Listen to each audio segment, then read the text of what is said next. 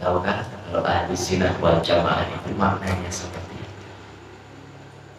Jadi orang yang disebut dengan ahli sunnah wal jamaah adalah orang yang mutaba'ah kepada Rasulullah dengan melakukan syariat Rasulullah, dengan melakukan thariqahnya Rasulullah, dengan melakukan apa hakikat dari amal-amalnya Rasulullah, sehingga bisa diberikan rasa, diberikan ma'rifat kepada Allah. Makanya Isra Mi'raj ini satu peristiwa yang mengandung keempat ilmu tadi. Jadi tugas kita yang mutaba'ah kepada Rasulullah. Rasul Isra kita harus Isra, Rasul Mi'raj kita juga harus Mi'raj. Mengumpulkan keempat ilmu tadi, perjalanan Isra-nya kita yang melakukan syariat-syariat.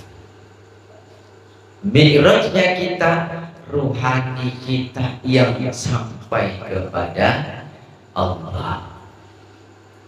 Maka di dalam hadis qudsi disebutkan, banaitu fi jawfi ibni Adam, banaitu fi jawfi ibni Adam qasr, wa fi qasr sadr, wa fi sadr qalban, wa fil qalban fuadan, wa fil fuadan saqafan, wa fis saqafan luban, wa fil luban sir, wa fis sir ada. Kata Allah, aku membangun di dalam diri anak Adam, anak turun Nabi Adam, dalam diri manusia. Aku bangun sebuah istana, dan di dalam istana itu ada qalbun, dalam dada kita, di dalam qalbu kita ada fuad, wafil fuad ada sagof, wafil sagof ada luban, wafil luban ada sir, rahasia. Di dalam rahasia itulah ada aku. Jadi mi'rajnya kita ya ketika kita bisa menembus langit-langit yang ada di dalam diri kita, yaitu qasrun. Qasrun ini adalah dada kita, jismani kita. Inilah yang menghalangi kita untuk bisa sampai kepada Allah, ya jismani kita. Keinginan nafsu jismani, ingin makan yang enak, ingin minum yang enak, ingin melakukan hal-hal yang memenuhi keinginan hawa nafsu diri kita. Inilah yang menghalangi kita untuk sampai kepada Allah.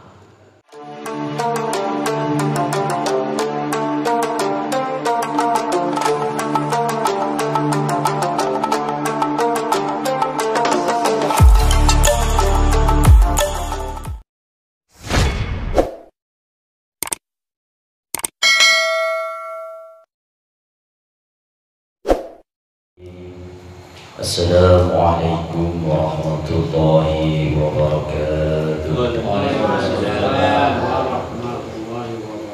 Alhamdulillah, alhamdulillahilladzi asra bi'abdihi laylan minal masjidil haram ilal masjidil aqsa, alladzi barakna hawlahu linuriyahu min ayatihi, innahu huwas sami'ul basir.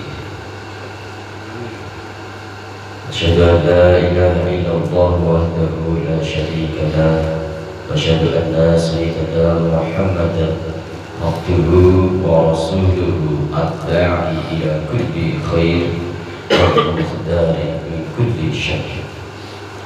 اللهم صل على روح سيدنا محمد في الأرواح، وصل على جسد سيدنا محمد في الأجساد، وصل على قبر سيدنا محمد في القبور، وبلغ روح سيدنا محمد منا تحية والسلام.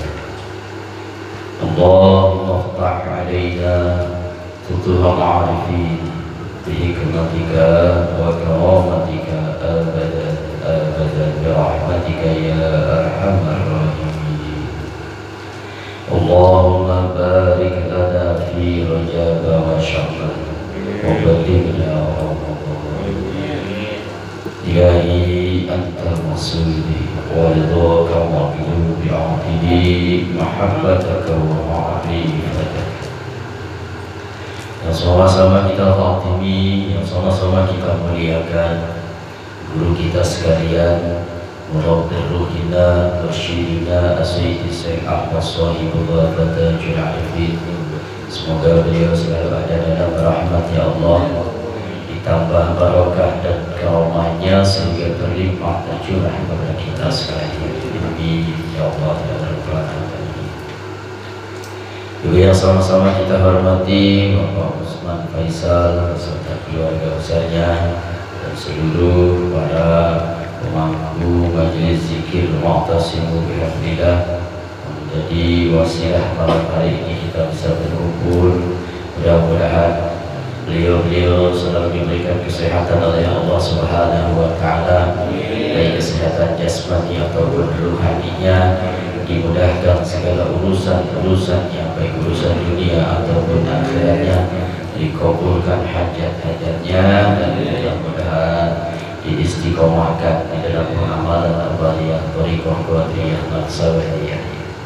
Amin ya Allah ya Rabbal Alamin. Juga yang sama-sama kita hormati para alim, para ulama, para asatidz. Mudah-mudahan beliau selalu diberikan kekuatan oleh Allah, selalu bersama-sama dengan kita untuk selalu mengamalkan dan menyiarkan agama Allah, yaitu dinul Islam melalui jalur thariqah qadiriyah maksawiyah. Amin ya Allah ya Rabbal Alamin.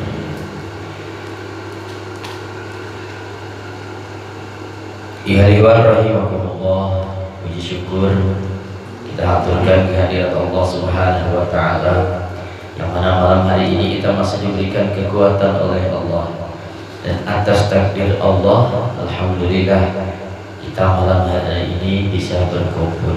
Ini Masya Allah. Saya ingin sedikit cerita ya. Tadinya saya sudah gak yakin ini bisa nyampe. Jadi kemarin kita ada acara di Cilacap, malam Selasa ada acara di Cilacap. Begitu mau berangkat malam itu habis isya, begitu mau berangkat mobil di starter gak nyala. Nah, starter gak nyala, akhirnya karena kita sudah kadung buru-buru, akhirnya minta dorong dikit nyala. Sampai ke lokasi pun mati lagi, nggak bisa. Nah, kata saya ini besok pagi subuh harus balik lagi ke Bekasi. Begitu sampai,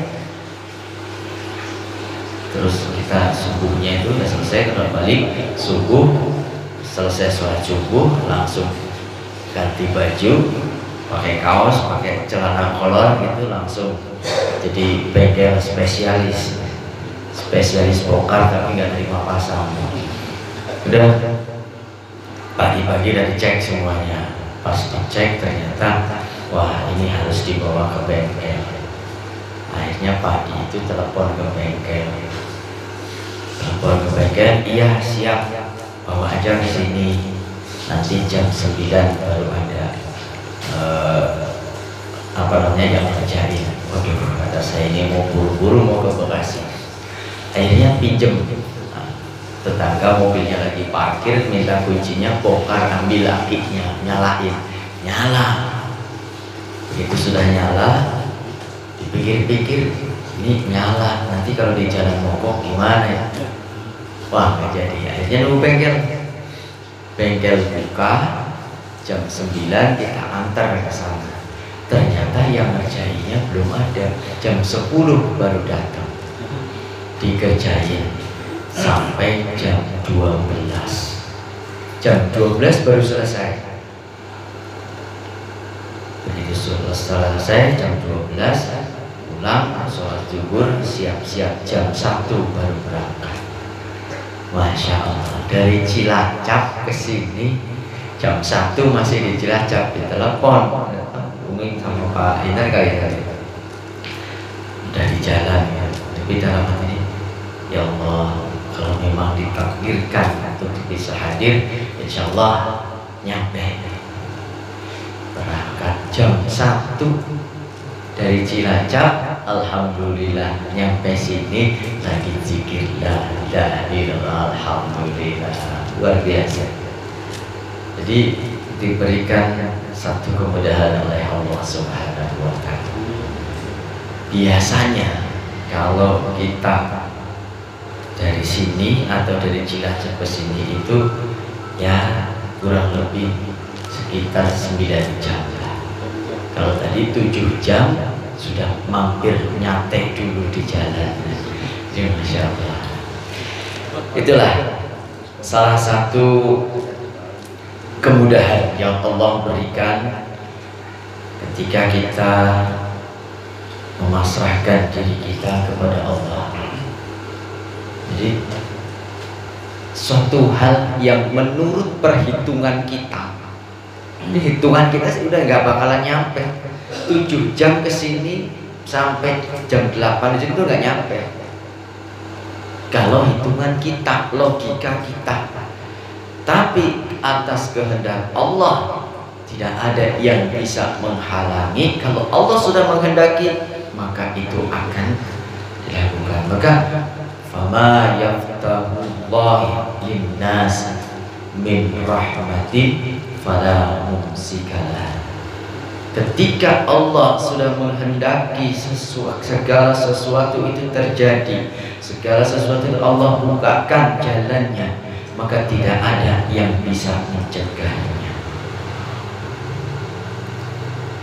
Walaupun menurut logika kita biasanya kalau mau apa-apa tuh mikir dulu. Ini nanti gimana, ini nanti gimana, terus kita terus. Inilah yang disebut sebagai kita ini menyaingi Tuhan itu seperti. Jadi yang dimaksud dengan kita menjadi Tuhan itu seperti itu.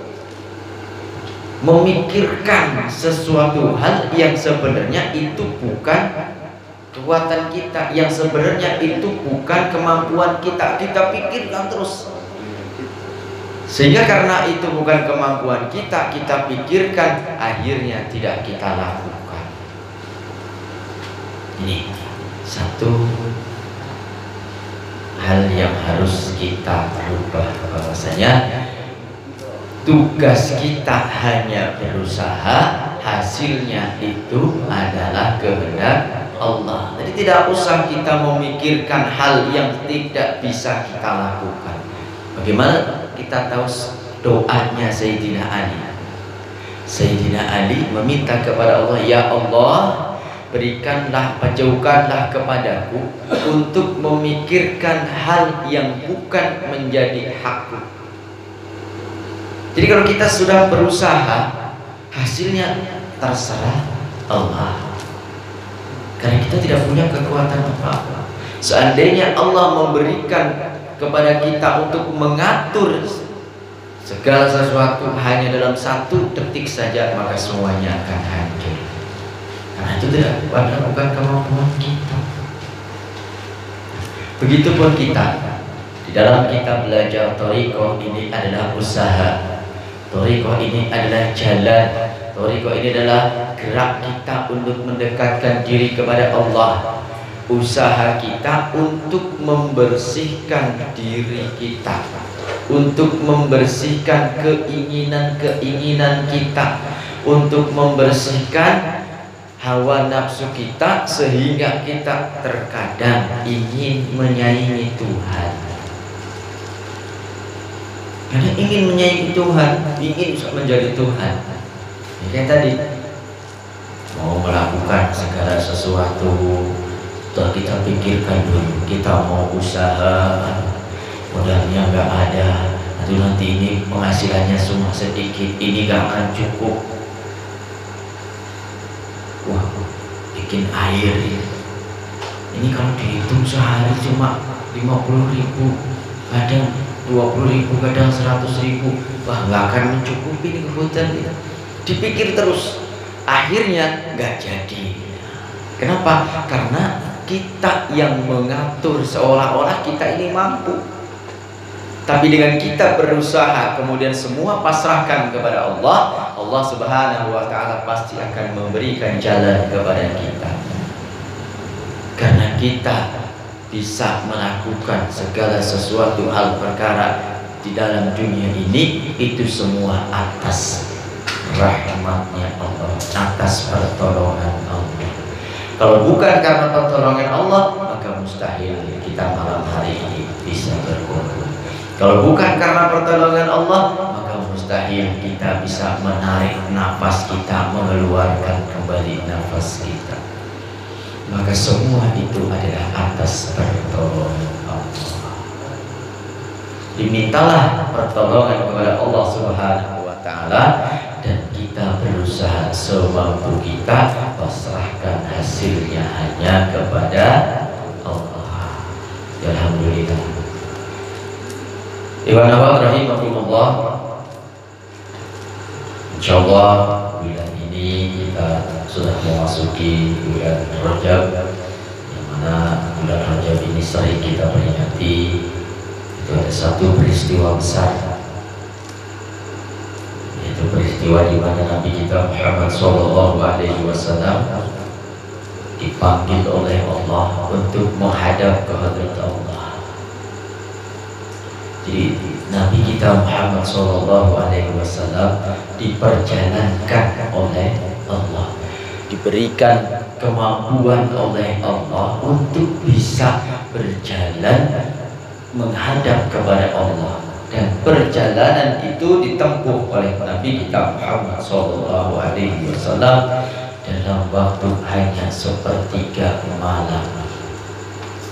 Perjalanan yang begitu jauh dari Masjidil Haram ke Masjidil Aqsa. Beliau hanya menempuh perjalanan itu dalam waktu sepertiga malam saja. Dan yang lebih dahsyat lagi, beliau menempuh perjalanan dari Masjidil Aqsa sampai ke Sidratul Muntaha, sampai ke hadirat Allah, itu hanya dalam sekejap mata. Maka peristiwa Isra Mi'raj ini selalu diperingati setiap tahun oleh seluruh umat Islam di seluruh dunia, mengingatkan akan satu mukjizat yang Allah berikan kepada Nabi kita Muhammad SAW. Isra Mi'raj adalah satu dari sekian banyak mukjizat Nabi kita Muhammad SAW, yang mana sama-sama kita setiap tahun selalu diingatkan akan satu peristiwa besar. Kenapa kok kita selalu diingatkan? Supaya kita bisa mengambil hikmah daripada peristiwa Isra dan Mi'raj. Karena Isra Mi'rajnya Nabi kita Muhammad SAW itu adalah contoh, itu adalah uswatun hasanah bagi kita. Jadi Rasulullah SAW Isra, Rasulullah SAW Mi'raj, kita pun harus Isra, kita pun harus Mi'raj. Jadi kalau kita belum Isra, belum Mi'raj, belum melakukan perjalanan untuk mendekatkan diri kita kepada Allah, berarti belum sempurna kita menjadi umat Nabi Muhammad SAW. Jadi kita juga harus Isra, kita juga harus Mi'raj. Bagaimana Isra-nya kita, bagaimana Mi'raj-nya kita? Isra itu adalah perjalanan. Kalau Rasulullah SAW berjalan dari Masjidil Haram ke Masjidil Aqsa, dari tempat tinggal beliau sampai ke Masjidil Aqsa yang dinamakan dengan Baitul Maqdis, tempat yang suci, dengan mengendarai burung. Burung itu adalah satu kendaraan yang dikisahkan, kalau dalam kitab tafsir disebutkan buruk itu seperti kuda yang bersayap, memiliki dua sayap, yang besarnya lebih besar daripada keledai dan di bawah kuda. Maka yang dimaksud dengan kuda yang bersayap itu bukan seperti yang merek cecap kuda terbang, lah kan ada tuh. Ya. Ada tuh kayak kuda terus ada sayapnya, itu bukan. Tapi yang dimaksud itu adalah hewan yang memiliki dua sayap. Yang dimaksud dengan hewan yang memiliki dua sayap adalah jismani kita. Kalau dalam Al-Quran disebutkan bahwasanya kita ini seperti hewan yang berakal, jangan al-insanu hayawanun. Manusia itulah hewan yang berakal. Nah, sayapnya mana? Sayapnya ada dua, sayap kanan dan sayap kiri.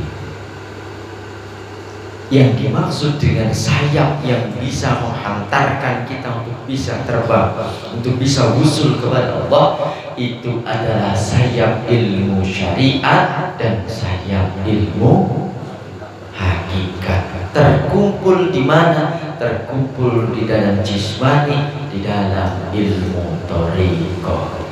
Maka ilmu thariqah itu adalah mempertemukan antara syariat dan hakikat.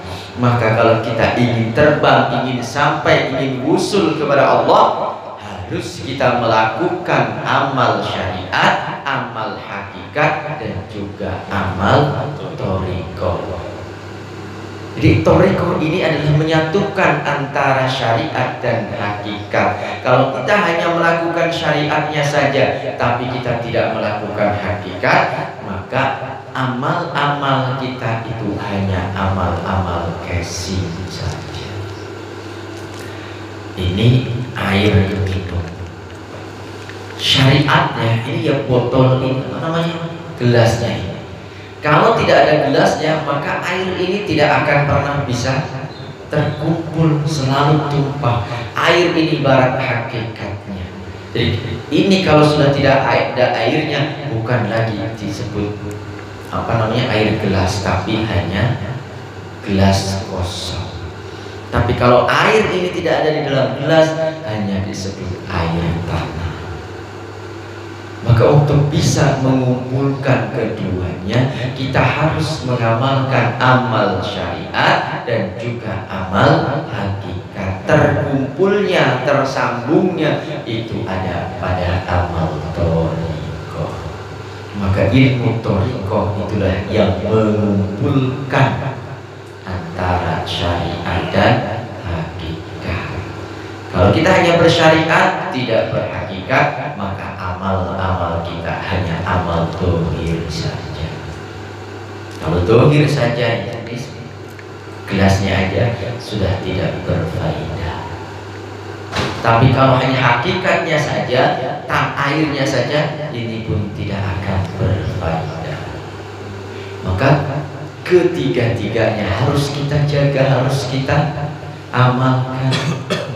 Amal syariat, amal thariqah, dan juga amal hakikat.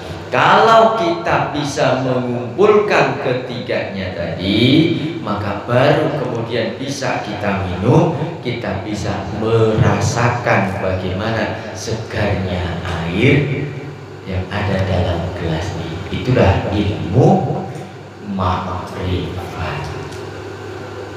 Orang yang bisa mengamalkan keempat ilmu tadi, itulah yang disebut dengan ahlu sunnah wal jamaah. Orang yang mengamalkan sunnahnya Rasulullah dan bisa mengumpulkan keempat ilmu tadi.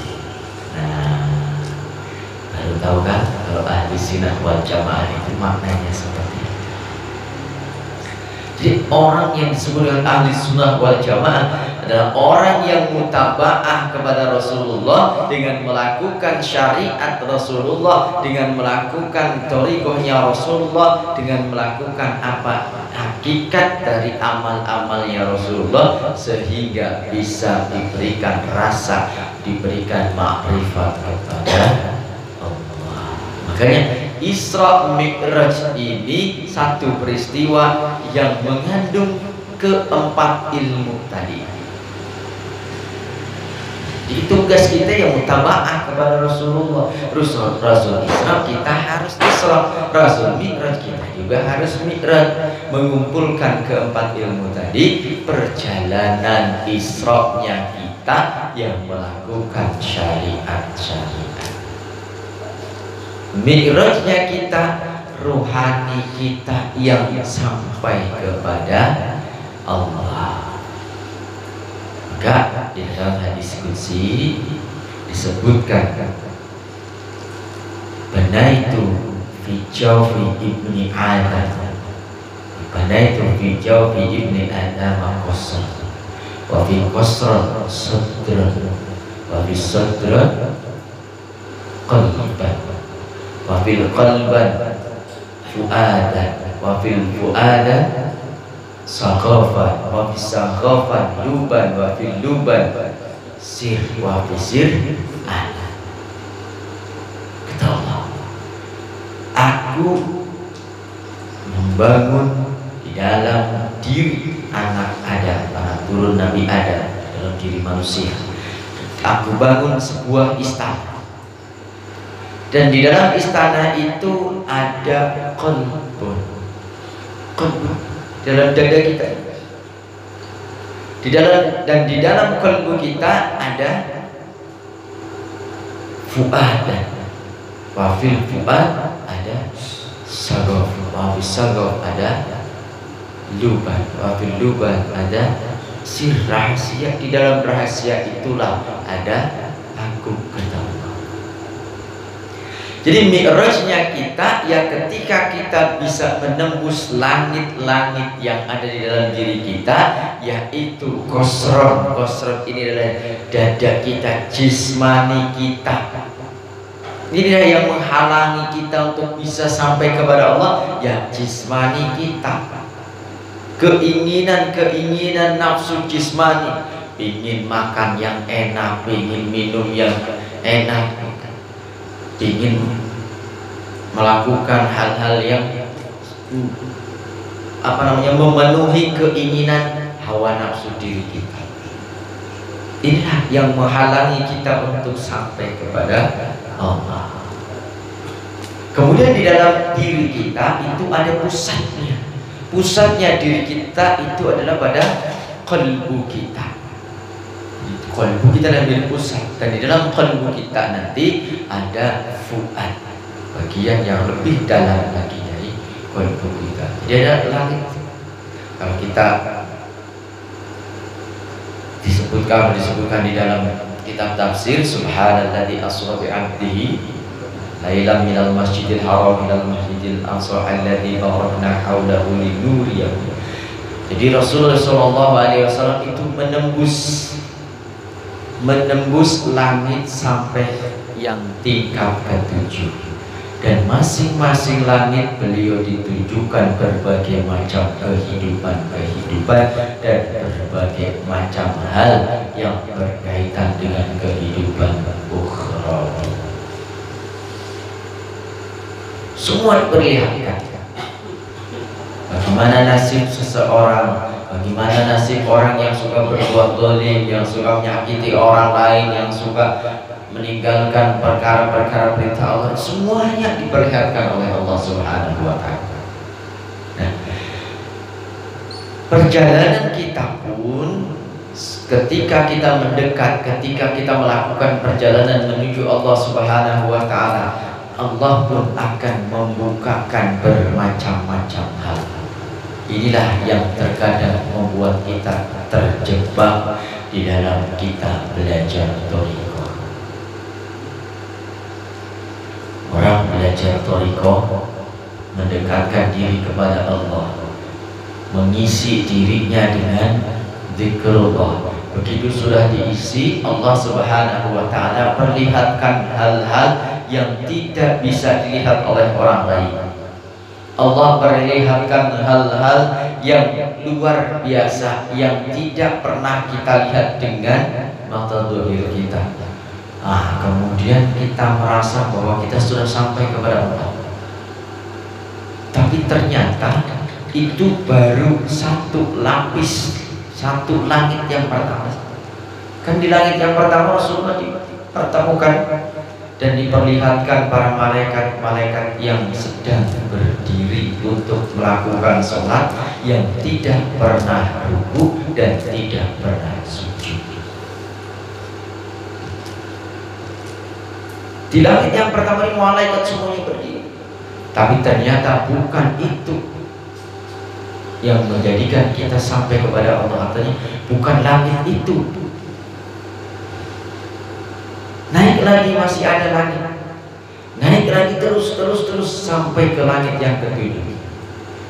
Jadi ketika kita belajar thariqah, kok kita diberikan pemahaman oleh Allah, diberikan keterbukaan oleh Allah, itu jangan menjadikan kita puas merasa bahwa oh saya sudah bisa melihat jin, oh saya sudah bisa melihat syaitan. Kalau zaman dulu, kalau orang tua dulu kalau nyebutin kalau kita mau ketemu bisa melihat jin, ya ini bulu mata dicabut-cabutin kan. Jadi banyak orang yang belajar thariqah, begitu diberikan satu kelebihan oleh Allah, dibukakan sedikit saja tentang hal-hal yang tidak bisa terlihat, terus merasa bahwa itu sudah sampai kepada Allah. Ternyata itu adalah godaan.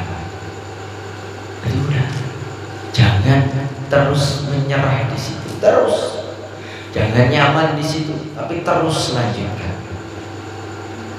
Terus bagaimana kalau kita sudah belajar thariqah, tapi kok Allah Subhanahu wa Ta'ala tidak memberikan kita keterbukaan, tidak memberikan kita kemudahan, tidak memberikan kita berbagai macam hal-hal seperti orang lain? Oh, belajar thariqah kok kayaknya gampang banget, begini. Saya kok belajar thariqah justru ya Allah, Masya Allah, belajar thariqah diujinya luar biasa.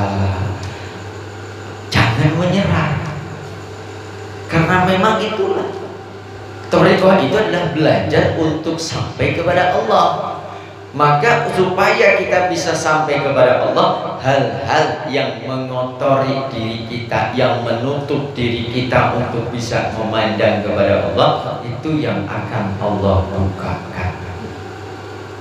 Maka jangan heran ada orang yang tadinya usahanya bagus, usahanya gampang, dimudahkan segala urusan, begitu belajar thariqah, Masya Allah, usahanya seru. Ya kan? Usahanya susah, yang tadinya untungnya banyak ini rugi terus. Ya kan? Dagang, yang tadinya dagang tiap hari bisa dagang, ini seminggu sekali dagang, itu pun dagangnya nggak habis. Ya kan? Tapi itulah ujiannya orang thariqah. Ada kalanya orang untuk usul kepada Allah itu harus diberikan kesusahan. Ada kalanya orang untuk usul kepada Allah itu dengan diberikan kemudahan.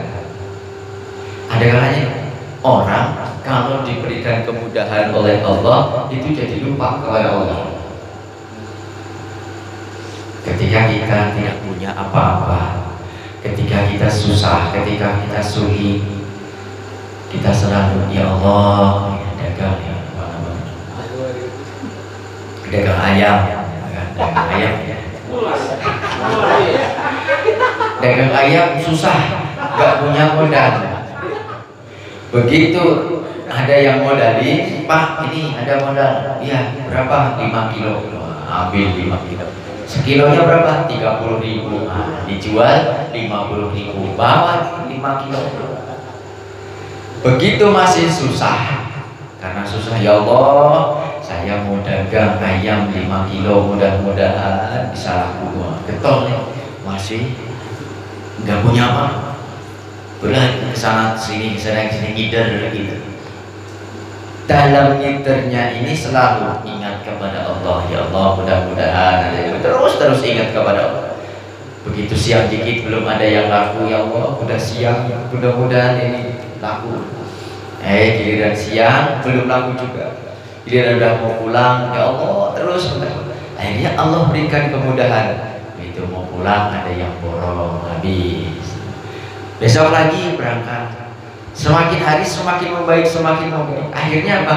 Yang tadinya dikit-dikit, ya Allah mudah ini bisa laku, ya Allah mudah.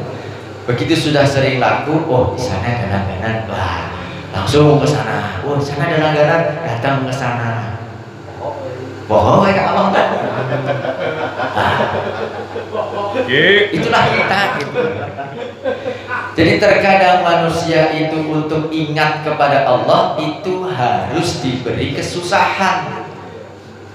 Tapi ada kalanya orang yang diberikan kemudahan semakin menjadikan dirinya ingat kepada Allah. Ada satu kisah, ada sahabat yang diberikan kehidupan yang sulit. Kehidupan sulit, saking sulitnya itu teman-temannya nih, para sahabat-sahabat yang lain itu nggak tega melihatnya. Kemudian datang kepada Rasulullah, ya Rasul, itu Ki Mu'is itu kasihan banget sama saya. Ki Mu'is itu kasihan banget, susah ya Allah. Doakanlah kepada Allah, mintakan kepada Allah supaya Ki Mu'is ini bisa naik perekonomiannya. Kemudian kata Rasul, si Ki Mu'is itu tidak ada garis jadi orang kaya.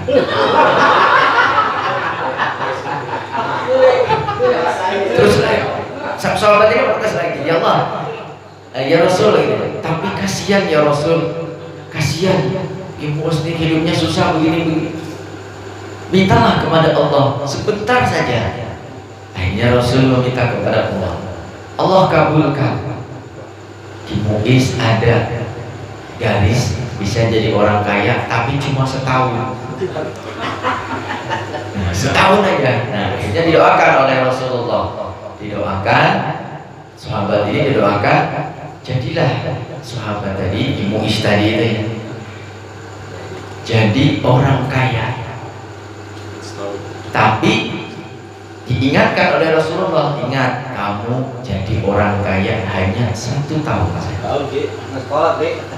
1 tahun. Setelah 1 tahun berlalu, sahabat-sahabat tadi kan pada tahu bahwa Ki Mu'is ini jadi orang kaya cuma 1 tahun. Tapi setelah 1 tahun kok masih jadi orang kaya. 2 tahun masih jadi orang kaya lagi. Nah, sahabat-sahabat ini protes, ya Rasul, katanya Ki Mu'is jadi orang kaya cuma 1 tahun. Ini sudah bertahun-tahun kok masih jadi orang kaya. Apa kata Rasul? Ki Mu'is tadi memang dituliskan jadi orang kaya hanya 1 tahun. Tapi ternyata Ki Mu'is dengan 1 tahun menjadi orang kaya itu jadi orang kaya yang lomah. Tahu lomah?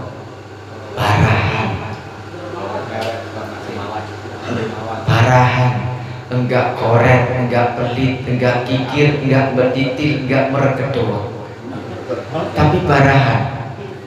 Suka memberikan dagang ayam tadi dengan 5 kilo, harganya 30.000, dijualnya 20.000.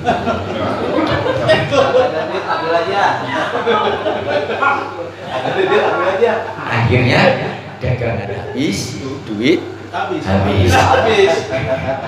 Tapi itu yang menjadikan Ki Mu'is itu selalu menjadi orang kaya. Kenapa? Tadi barahan tadi banyak didoakan orang sehingga yang ditakdirkan hanya 1 tahun menjadi orang kaya justru diperpanjang menjadi bertahun-tahun.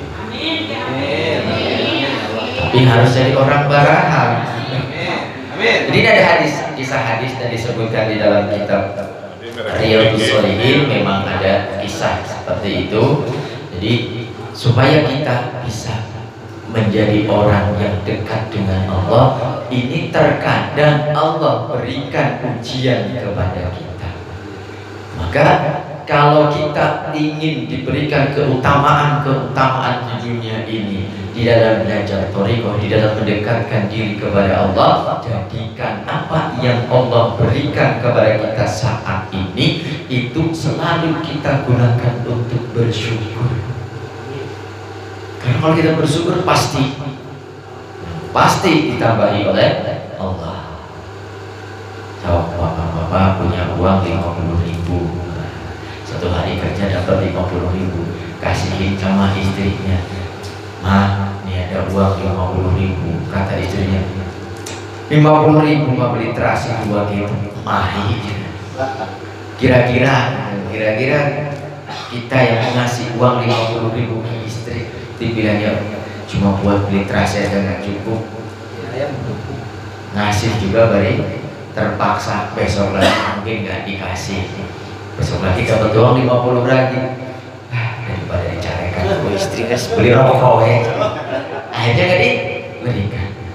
Tapi kalau uang 50.000 mensyukuri, alhamdulillah, disyukuri, pasti kita akan, ya Allah 50.000 padahal literasi 2 juga nggak cukup, besok lagi ditambahi.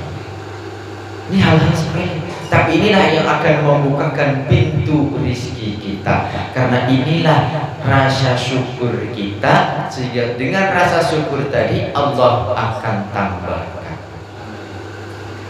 Maka supaya kita semakin dekat dengan Allah, gunakan apa yang ada pada diri kita saat ini untuk bersyukur kepada Allah. Karena baik buruknya rezeki, banyak atau sedikitnya, itu semuanya sebenarnya sudah diatur oleh Allah. Tapi tinggal kita bisa mensyukuri atau tidak. Maka tujuan kita belajar thariqah adalah untuk mendekatkan diri kepada Allah. Allah akan membantu kita, memberikan pertolongan kepada kita supaya kita bisa usul kepada Allah, supaya kita bisa mendekatkan diri kepada Allah. Maka hal-hal yang menjauhkan kita kepada Allah itu akan Allah hilangkan, termasuk kemudahan fasilitas yang Allah berikan kepada kita yang tidak menyebabkan kita bersyukur kepada Allah. Kalau kita bersyukur dengan fasilitas yang ada sekarang, pasti akan diberikan kemudahan. Maka jangan heran ada orang belajar tadinya kaya raya, itu belajar thariqah, tidak. Tapi bukan ukuran banyak harta bendanya itu yang menjadikan orang itu bahagia. Bukan ukuran banyaknya harta itu kesuksesan akhirat. Tapi kesuksesan akhirat itu adalah ukurannya ketika kita bisa bersyukur dengan apa yang ada pada diri kita. Bersyukurnya orang yang tidak ada, yang mensyukuri apa yang tidak adanya. Tapi bersyukurnya orang yang ada, ya dengan menggunakan keadaannya tadi untuk menggunakan di jalan Allah. Nah, saya mengingat lagi, maka ini mengingatkan diri sendiri dan kita semua. Saya mengingat pesan abang guru kemarin, bahwasanya kalau kita ingin usaha dan usahanya itu lancar, diberikan kemudahan, pertama yang harus kita lakukan, gunakan itu untuk bersyukur kepada Allah. Artinya bersihkan dengan bayar zakatnya. Yang kerja dapat gaji bulanan, setiap gajian sisihkan 2,5% untuk zakat. Terserah mau digunakan untuk membantu anak yatim, untuk membantu orang yang kesusahan, atau untuk hal lain yang berkaitan dengan fisabilillah. Tapi kalau kita ingin lebih bersyukur lagi dan lebih diberikan kemudahan lagi, ada ijazah dari guru yang diberikan kepada kami. Kalau ingin usahanya lancar, maka bukan hanya zakat yang 2,5% tadi saja yang dikeluarkan, tapi gunakan 1/3 dari keuntungan. Orang bisnis, orang dagang ayam tadi beli 30.000, dijual 50.000, masih ada untung 20.000. Kalau 5 kilo berarti ada untung 100.000. Yang 100.000 tadi dibagi 30% untuk keberlangsungan usahanya. Nah, jadi 30% digunakan untuk tambahan modal. 30% lagi gunakan untuk keluarga. Ya, kita kan butuh dari usaha itu untuk makan sehari-hari kebutuhan, ambil 30% lagi. Yang 30% lagi gunakan untuk berkhidmat di jalan Allah. Jadi bukan hanya 2,5%, tapi 30%. 30. 10-nya lagi kemana? 10-nya lagi silakan gunakan untuk menambah keberlangsungan operasional. Bahasa kerennya operasional, silakan gunakan. Kalau kita bisa melakukan itu, insya Allah kita akan diberikan kemudahan oleh Allah Subhanahu wa Ta'ala. Karena kita begitu, kita misalnya, apalagi kalau seperti ini, dekat kita ada orang yang kekurangan, anak yatim, yatim piatu yang kekurangan betul-betul, maaf ya. Kalau tidak dari kita, misalnya ini anak yatim ini karena dekat dengan kita dan tidak ada yang tahu, ya kan? Tidak ada yang tahu, sehingga kalau bukan dari kita, anak yatim ini tidak akan mendapatkan bantuan. Jadi yang membantu hanya kita saja nih. Tidak ada yang lain yang membantu. Ini akan lebih utama lagi. Kenapa? Karena kita menanggung rizkinya si anak tadi. Jadi kita menjadi keran pembuka rizki kita. Yang membukakan rezeki itu ya bukan diri kita, sebenarnya si anak yatim tadi yang kita tanggung kehidupannya. Atau mungkin kita punya majelis, nah ini majelis kita yang menanggung semuanya, dan tidak ada yang menanggung lagi kalau kita tidak menanggungnya. Jadi keberlangsungan majelis itu akan terkendala kalau kita tidak menanggung, tidak menopangnya. Maka majelis itulah yang akan membukakan pintu rezekinya kita. Entah dari mana jalannya, majelis itu adalah satu daripada jalan untuk ibadah kepada Allah. Maka Allah akan menjamin keberlangsungannya. Nah, dengan jalan apa? Kalau kita yang menopang, maka Allah akan bukakan pintu rezeki kita, supaya majelis tadi bisa jalan, tapi dengan catatan niat yang ikhlas. Masya Allah, banyak beberapa saudara-saudara kita, ikhwan-ikhwan yang ikut menanggung, menopang majelis itu tidak akan diberikan kekurangan oleh Allah. Ada, walaupun tidak banyak, tapi insya Allah cukup. Maka saya sangat berterima kasih kepada para ikhwan awat semuanya yang mau bareng-bareng ya.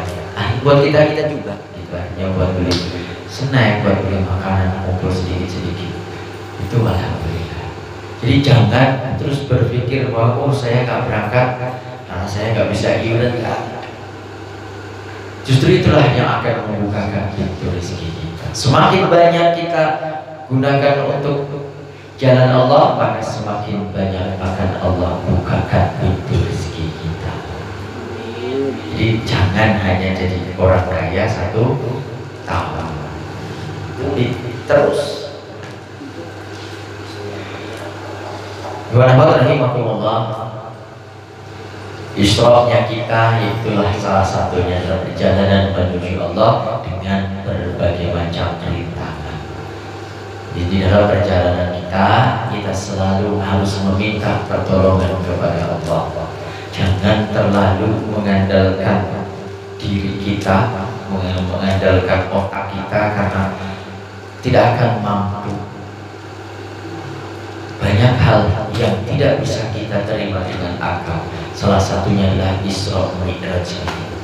Isra Mi'raj kalau kita terima dengan akal, orang berjalan naik buruk dari Masjidil Haram ke Masjidil Aqsa kemudian naik ke langit, itu pasti tidak akan masuk akal. Tapi kalau Allah sudah menghendaki, tidak ada yang bisa menghalangi. Jadi sama-sama dalam kita mengamalkan thariqah ini, amalkan sebaik-baiknya, amalkan semampu kita, serius, jangan bercanda. Artinya dimaksud serius jangan bercanda itu bukan berarti terus nggak boleh ketawa, belajar terus. Kenapa? Kata Ustaz, belajar thariqah nggak boleh ketawa, bukan ya. Tapi yang dimaksud adalah jangan dijadikan candaan. Nah, jangan jadikan candaan, serius di dalam mengamalkannya.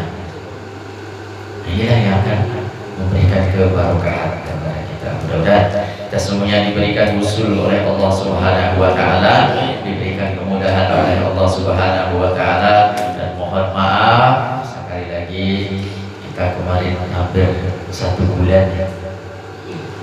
1 bulan kita tidak berjumpa, jadi ngajinya kita 1 bulan libur amaliyat tidak, tapi kajiannya yang libur. Alhamdulillah malam Rabu kemarin terakhir mana kita, alhamdulillah malam ini pun kita masih diberikan kenikmatan untuk bisa bertemu. Insyaallah mudah-mudahan pertemuan kita di dunia ini akan menjadi pertemuan yang indah nanti di surganya Allah. Amin. Kurang lebihnya mohon maaf. Bila kita wassalamualaikum warahmatullahi wabarakatuh.